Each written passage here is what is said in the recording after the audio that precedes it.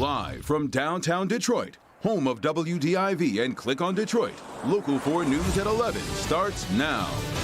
We're in Oakland Township tonight. A young couple tried to burn down a brand new home under construction, not once, not twice, but 3 times. The neighbors were ready.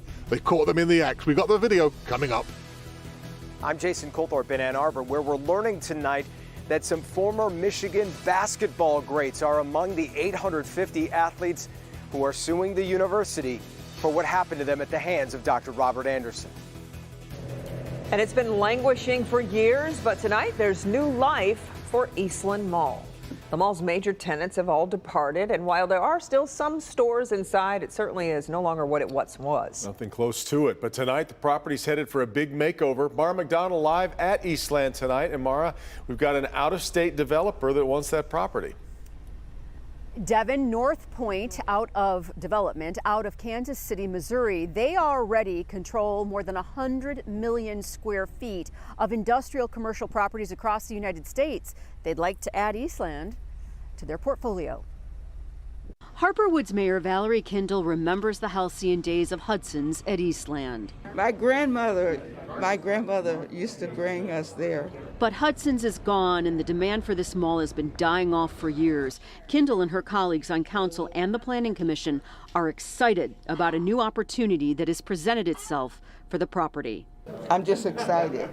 We've been working on this for a while. Kansas City, Missouri-based North Point Development wants to buy the mall, raise the property, and put up an industrial development. Think fulfillment center or the like. Just some of North Point's tenants include Amazon, Ford, GM, and FedEx. Anticipating 560 permanent jobs at this site. They presented renderings to the Harper Woods Planning Commission, which envision 3 buildings, likely with multiple tenants, with landscaping, lighting, a physically more attractive option than the tired mall which currently sits here. We were a little concerned about it being too industrial, but the approach that they're taking here now, I think, is going to be very welcomed by the entire community. Back here live, the mayor is having a press conference here at Eastland tomorrow with other city leaders to go over more details. But to be clear, this is not a done deal. There has not been a site plan review. There have been no votes taken on this at the Planning Commission or at the City Council. And they have some concerns here that need to be worked out, like parking, like traffic and things like that.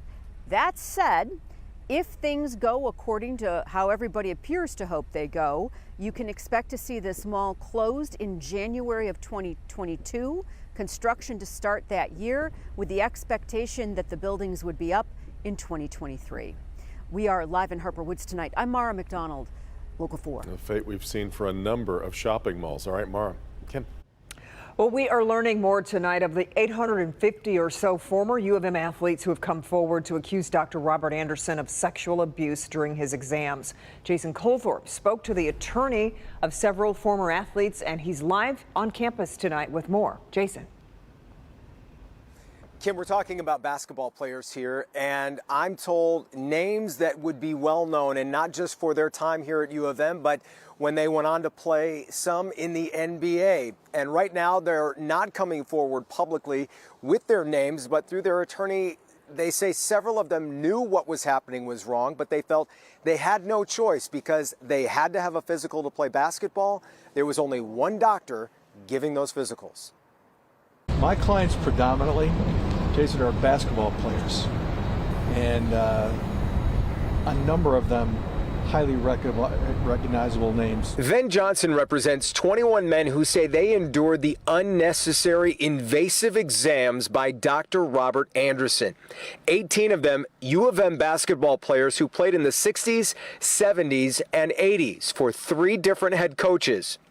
Dave Strack coached the Wolverines from 1960 to 68, and Johnson says he was told of the abuse. Did Strack report it to Don Canham? No.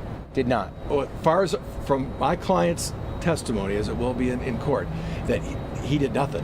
What was his response when they said? Pretty much the same as Bo. They laughed about it. Bo Schembechler has been the recent focus of the Anderson scandal, with his family and some former players coming to his defense, as others say Bo knew and did nothing. This is something bigger than Bo. This is something bigger than U of M. These are people. These are survivors. These are not people making up stories. You're not people who are looking to get rich on a little lawsuit thing. These are real people. And, says Johnson, the university so far apologizing only for what Anderson did is not enough. He was just an incredible predator, and the only way that this can happen is if there is this ongoing, what I'm going to call inside cover-up. And just to shore up the timeline on all of this, Anderson began at the university in 1966. Don Cannon became athletic director in '68, which was the same year that Dave Strack ended his head coaching career. And it's also, again, important to point out that these are allegations at this point, and everyone we've just talked about, including Don Cannon, Dave Strack, Bo Schembechler, and Robert Anderson, cannot defend themselves because they have all died. Kim? Jason, I want to go back to the attorney. When he says inside cover-up, what does that mean? What is he basing that on?